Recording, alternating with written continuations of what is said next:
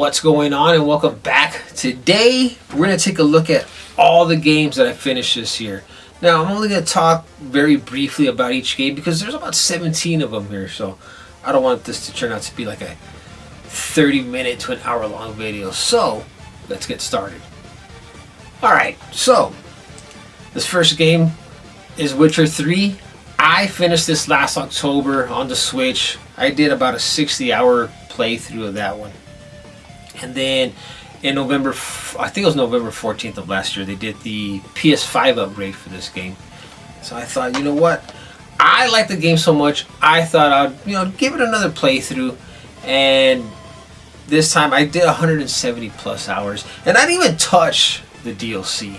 So I think this game deserves another playthrough again. This time with all the DLC in it. We're talking maybe 200 hours plus maybe of gameplay. So maybe sometime next year I'll replay it again because I really enjoyed this game. I thought it was that good that it deserves another playthrough. But this time I want to see what all the DLC is. I can't even talk. I want to see what all the DLC is about on this one. So this ought to be a lot of fun. This next one is Horizon 2 Forbidden West. I really loved Zero Dawn. That was probably easily my top game of the year, man. I fell in love with that game so much. I had so much fun playing it. So, I got excited when, I heard Horizon 2 Forbidden West was on PS5. So I got it for Christmas of last year. And I played it after The Witcher. Man, I was not disappointed whatsoever. I really loved this game. I really enjoyed it. And for sure, another, game of the year for me. The thing is, like, no spoilers. No spoilers whatsoever. But at the end of this game, they set you up for a third part, which hopefully they're working on it. And maybe they'll announce something next year. Maybe we'll see. I hope they do, man, because I really loved it. Next is Valkyrie Elysium. Dude, a hack and slash game. Pretty simple. Not that long. I think it was like 12 hours or so.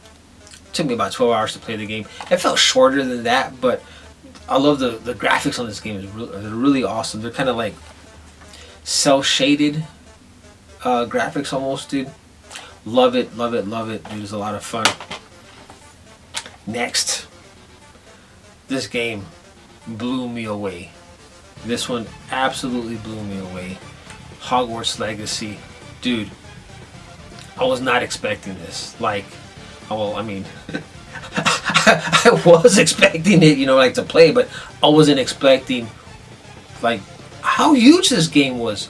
Open world Harry Potter game, even if you're not a fan of Harry Potter's. Dude, I think you'll love this game a lot. Obviously, this game takes place 100 years before, the whole Harry Potter thing happened. But oh my God, huge! You can spend at least 2 hours just exploring Hogwarts itself. I loved it, dude. I loved it, loved it. I absolutely want to play through this one again, dude, for sure. But of course, you all know that my PS5 isn't working right now. But when it does, when it does, I'm going to give it to my son. I'm going to get it fixed. And then I'm going to get me another PS5 before the end of the year, for sure. But yes, this one absolutely deserves another playthrough. If you haven't played it, dude, check it out, man. It's coming out on the Switch, and I understand, by looking at, gameplay footage of the Switch version, the graphics aren't that great, but if all you have is a Switch, dude, check it out. Pick it up for sure. It's a lot of fun. Guarantee it. This one is a game that I started a couple years ago that I only played maybe halfway through it, and then I stopped because for whatever reason I wasn't it wasn't piquing my interest, I guess you can say. But when they came out with this remake, I thought I should give it a fair playthrough. And this is The Last of Us Part 1. Dude, I love this game. I thought it was a lot of fun. This is one of those games where I'm not like a big fan of sneaking around, hiding so people can't see you or whatever. But you know, for whatever reason, I love this game. I thought it was great. If you played the first one or the remake, no, the remaster. This was a remake of the remaster. If you played the PS4 one, dude, really there's no need to pick this one up, I don't think, or to play this version. But if you haven't played it, dude, check this one out. It's pretty damn fun. Of course, what else can I say about this one, man? Resident Evil 4. This one is a for sure pickup. You know, I played it on the GameCube. I finished it on the GameCube, but this adds a lot more. Changes it up a little bit. So, fan of Resident Evil, you know, definitely pick this one up. It's like we're getting a Resident Evil game every year, right? Now all we need is Code Veronica, and then that's it. That's it. We don't need any more unless you're gonna make a new one. But you know, they don't need to remake 5 or 6. As a matter of fact, I haven't even played those games. I see my son play them. I was not interested in those 2 Resident Evil games whatsoever, but definitely Resident Evil 4, check it out, man, if you haven't. It's awesome. This one, I believe, deserves, you know, Game of the Year for sure. For sure. We all know that Tears of the Kingdom is probably going to take Game of the Year, but this one deserves a fair, you know, what's the word I'm looking for? Anyways. That's the word I'm looking for. Anyways. Dude, Final Fantasy 16. Now, I love RPGs. The only thing I really don't love about RPGs is the length, because they take a long time to play. And I only finished, you know, Final Fantasy 7. The original one on the PlayStation 1 and the remake. And I love those games. I got Final Fantasy 15. I played a little bit of it, but I didn't really, like, you know, go all the way through it. But this one, dude, this was great. If you're like a fan of Game of Thrones or The Witcher 3, dude, you're gonna love this one. I guarantee it. It's more aimed towards like adults, I think, with the, you know, the theme and the language and the mature subjects and I guess you would say violence or whatever. But this is, dude, pick this one up, try it out, dude. I guarantee you'll love it if you like, you know, RPGs, that is. Again, I've said this before, I don't like the whole sneaking around thing. You know, what are those games called? No, they're kind of roguelites, but the whole sneaking around so you don't get seen or whatever, I don't like that type of gameplay. But I love this one. A Plague's Tale. A lot of sneaking around. I had it, I saw it on Game Pass. I never tried it out because of that reason. I don't like the whole sneaking around thing. But I kept hearing people talk about it and how good it was. So I thought, you know what, I'm going to pick it up and try it out. Dude, I love this one so much. I picked up A Plague Tale Requiem and I have yet to play it. But that's going to be one of the first games that I play once I get another PS5 for sure. Now, because the PlayStation 5, my PS5 went down, I was forced. I don't say forced, but I was like kind of picking up, or not picking up, but catching up on some PS4 games. One of the games that I did play through that I've had sitting on my shelf for years was Dishonored Definitive Edition. I tried playing it a while back, well, years ago, and I don't know, man, it was another one of those games that I really couldn't get into, but I thought, you know what, this time I'm going to give it another fair playthrough and play through it. And I did. At the time that I was playing this game, I was going through a lot of like anxiety.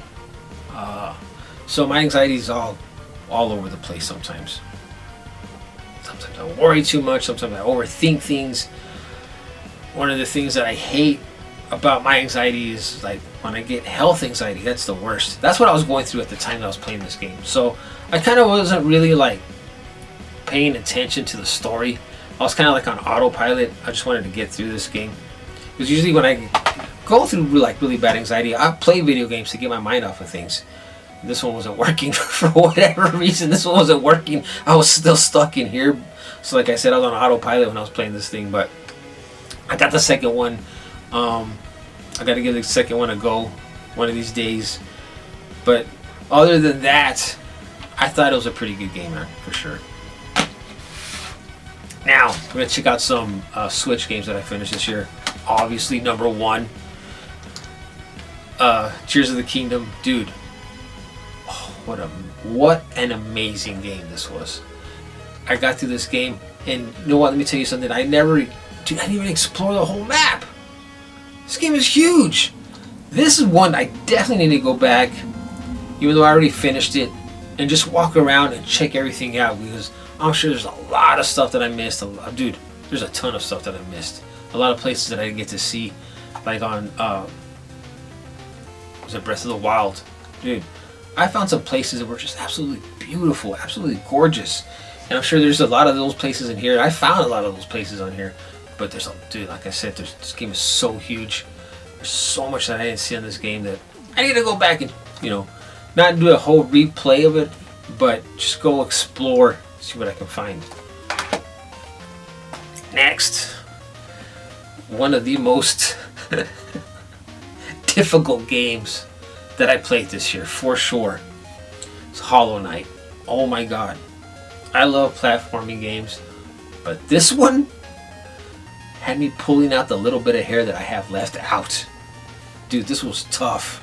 Now, there's games that, like Ori and the Will of the Wisps, or Ori and the Blind Forest, that start off easy, and then they get difficult towards the end, which I love. I love that. This one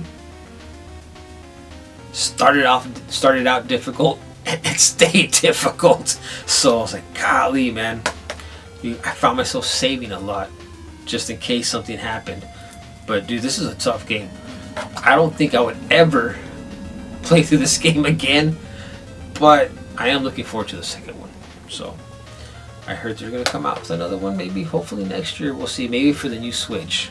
Of course it's going to be for the new Switch or PS5, whatever. But I can't wait. There's another one. I'm going to have to try to grow some hair back before that one comes out, because I'll probably end up pulling that one. I'm pulling my hair out on that one too. This one is just a trip back to the past.